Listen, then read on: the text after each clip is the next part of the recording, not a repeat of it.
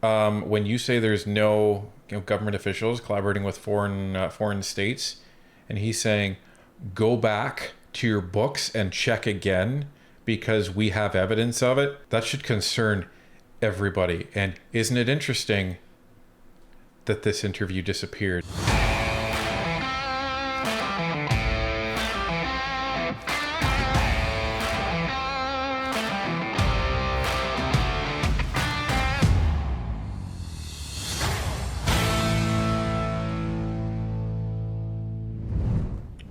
If you've been watching our coverage of the Hogue report, you may recall us mentioning that we were searching for an interview that CBC News did with a former CSIS agent immediately following the Justice Hogue's press conference.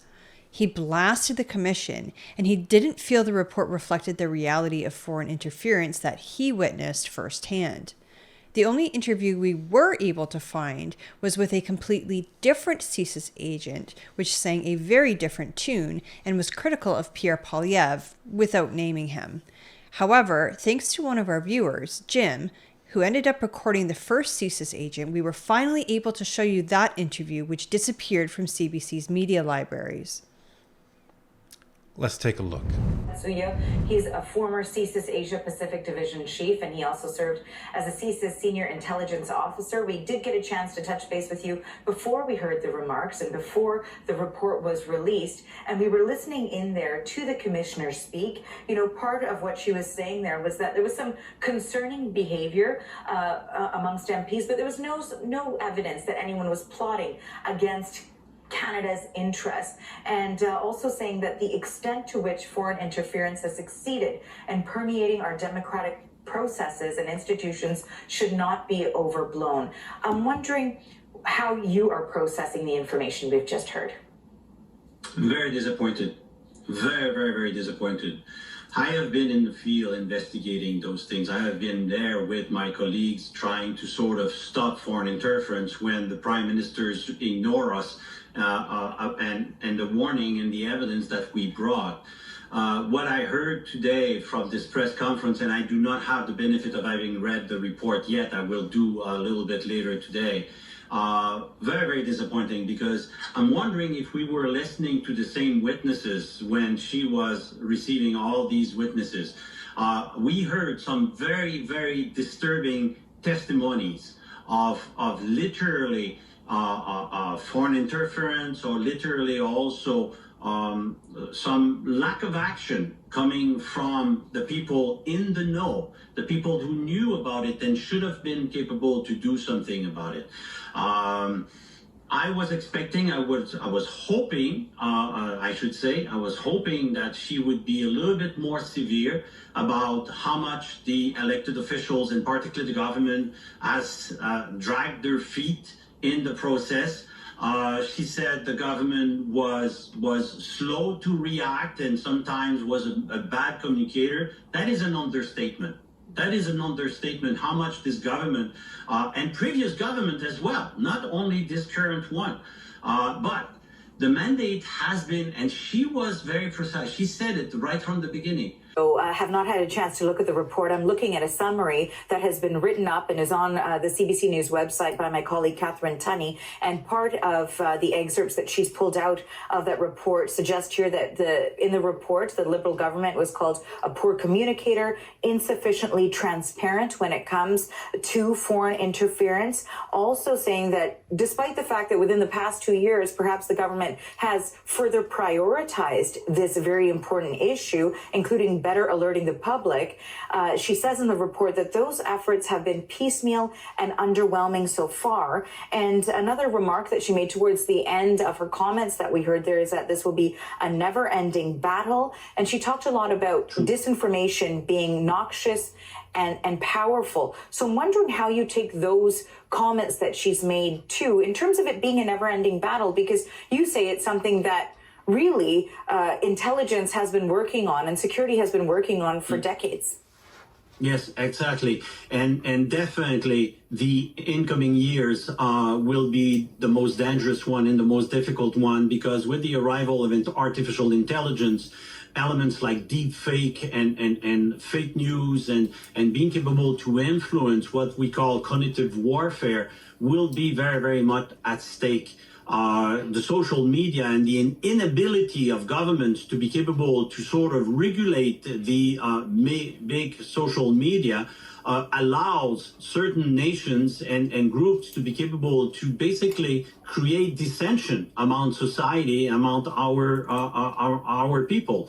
And this is a phenomenal challenge. And the law enforcement and the intelligence services are ill-equipped as we speak to be capable to defend us against this kind of action. And I agree with her. On that point, I will agree with her that it will be a never-ending battle as we speak, particularly if we drag our feet in giving the tools for the law enforcement to be capable to act. And when she says that she found no evidence that elected officials purposely or intentionally decided to work with foreign state, well, I would say return to your books because we have plenty of evidence at CSIS and the RCMP. Wow, wow, wow. Yeah, this is the first time that we are hearing this. Thank you very much, Jim, for sending us this footage. It was funny because Bob Bertina had come over on Tuesday when the Hogue report was released. We asked if he was available to come over, and he said sure. And I said to him and Ryan, why don't you guys just go ahead and record? Honestly, the studio's a little bit small. It's a little bit tight with three of us in here, and I wasn't sure I'd have anything to add to the discussion. So I said, why don't you two go up and record? And Bob said, first I want to find this clip of the CSIS agent that was talking on CBC. And we went like over the CBC footage, like forwards, backwards, sideways. We were trying so hard to find it, and it seemingly disappeared.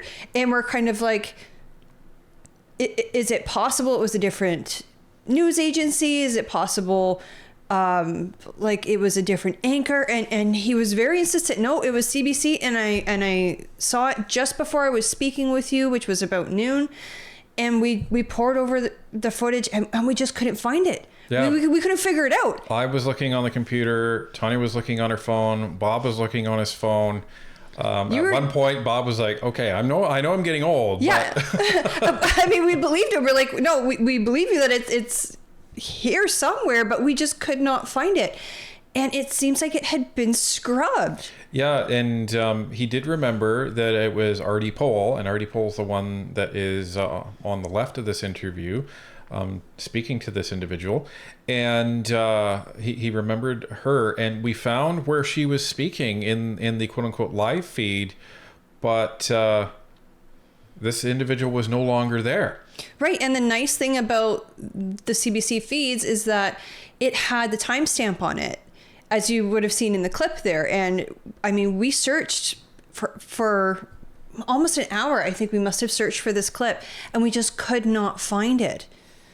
But coming back to his comments, you know, every time we dissect one of these reports or laws or something like that, I'm fairly confident in the interpretation that we have. But when you see somebody that is from the service actually talk about this and confirm our interpretation, it really just, it feels good that we were right. Right? You know what I mean? Well, and it's important to us because we don't want to be putting the wrong information out there. Because again, a lot of these reports and things are open to some interpretation, and then you have to extrapolate from there. So when we hear a professional, someone who was in CSIS, saying the exact same thing that we were saying, it kind of gives us a sigh of relief that yes, we were on the right track. But it also sends a chill up our spine because this wasn't just a low-level agent, right? This is a senior guy.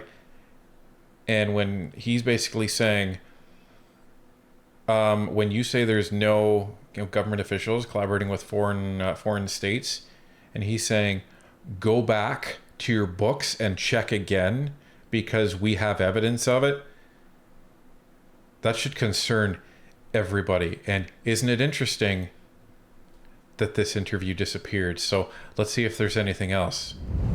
And I want to also ask you about the recommendations here. And again, I don't have all of the details of the recommendations, but certainly something that is being reported. 51 recommendations, including improving how intelligence is shared and also updating the Canada Elections Act. And of course, my colleague Janice McGregor pointed out that at this stage, when parliamentarians are not working together, not working right now as Parliament is prorogued, would it be possible for shifts to be made in order to protect the integrity of the anticipated spring general election that could be on the horizon, and also the Liberal leadership race that we are coming up upon? Unlikely for the next election, except if the election commissioner decide to take the matter in his or her own hands and decide to sort of fix the situation. We don't see this happening in the near future. Eventually, maybe, but the parliamentary process is so slow and so partisan to a certain extent, it drags and drags and drags the issues, which have been revealed quite clearly by many testimonies. Now, she was talking about over 100 testimonies that came in front of her during the Hogue Commission. But if we return to the parliamentary committees, it's over 300 experts that went in front of various parliamentary committees. So that's a lot of people who sings from the same music sheet and say, we're having a serious problem in Canada. The problem and the consequences also is the image that we project to our allies and the loss of trust from our own population into our institutions, despite the fact that she mentioned that our institution remains robust, that the system is strong, has not been affected. And I would agree that probably the election have not been sort of turned on their head because of the foreign interference.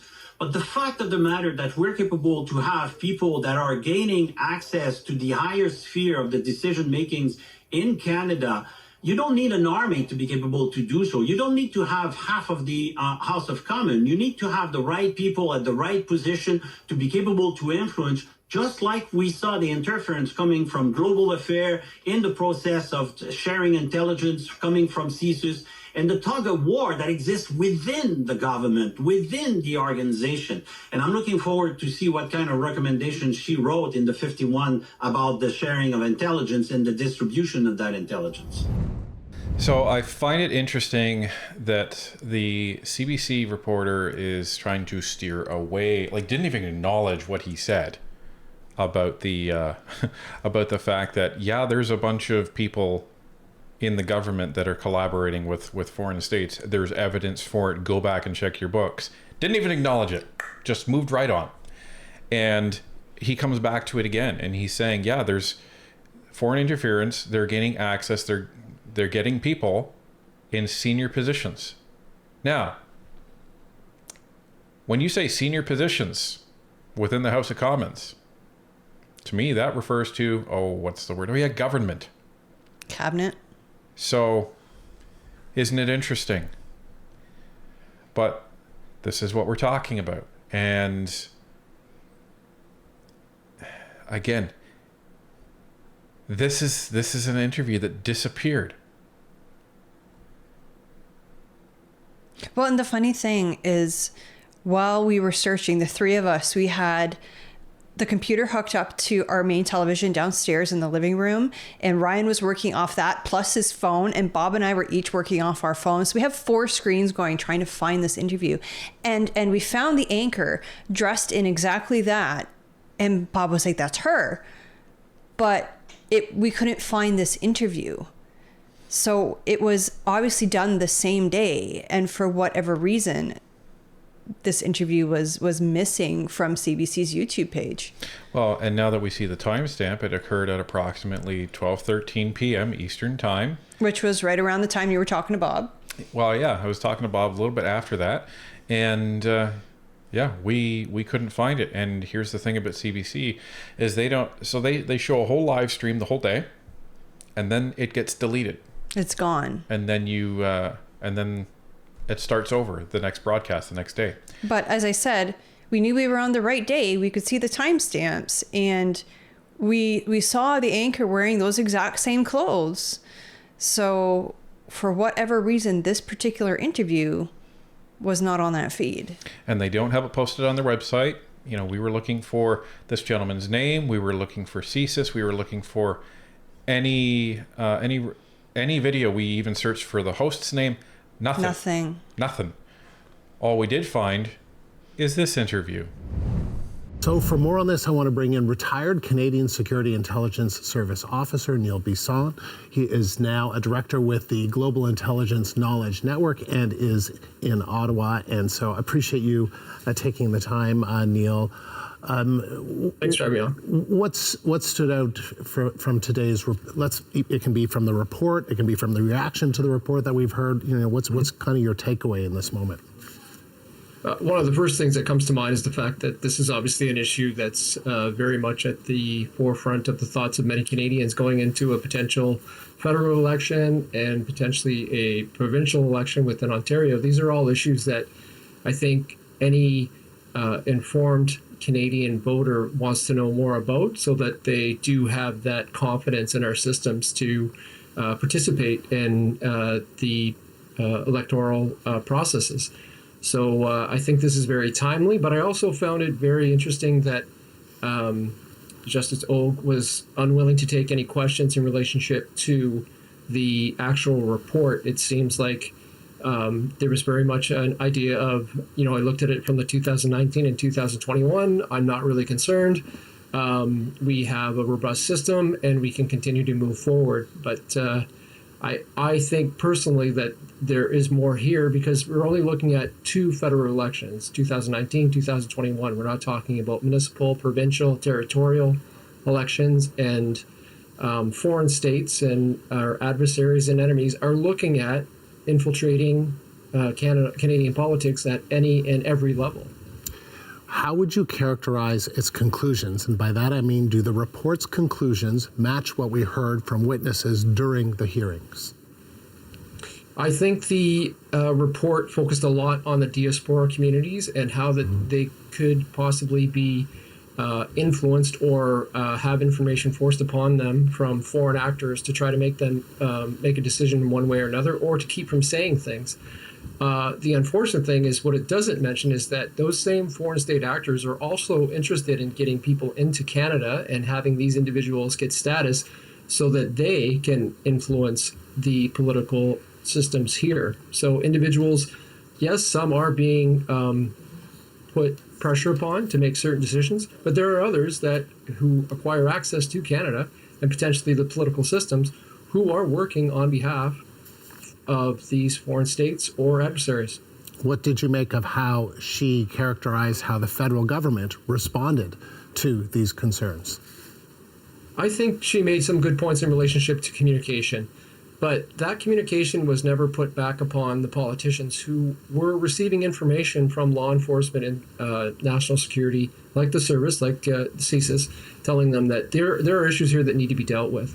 And I think that does go back to speak to some of these political parties and the decisions that they've made in relationship to who can vote for their leadership, what the requirements are, overlooking issues that basically does open the door for foreign interference. And I think that this whole of society perspective that Justice Hogue presented needs to include the politicians, the political parties, and the decisions that they make within their own parties, as well as the voters. What did you make of one of her recommendations? And this was something that the Prime Minister said, other leaders had said, Pierre Poilievre, the Conservative leader, should do. That is, all party leaders should have top secret security clearance and know what's going on. Yep. I think that regular and frequent scrutiny needs to be placed upon members of the political parties to ensure that they are willing to participate in the programs that ensure that our political system is maintained. And for those that are unwilling to do that, it has to bring up questions as to why. So overall, a much more relaxed, I would say, reaction to the Hogue report.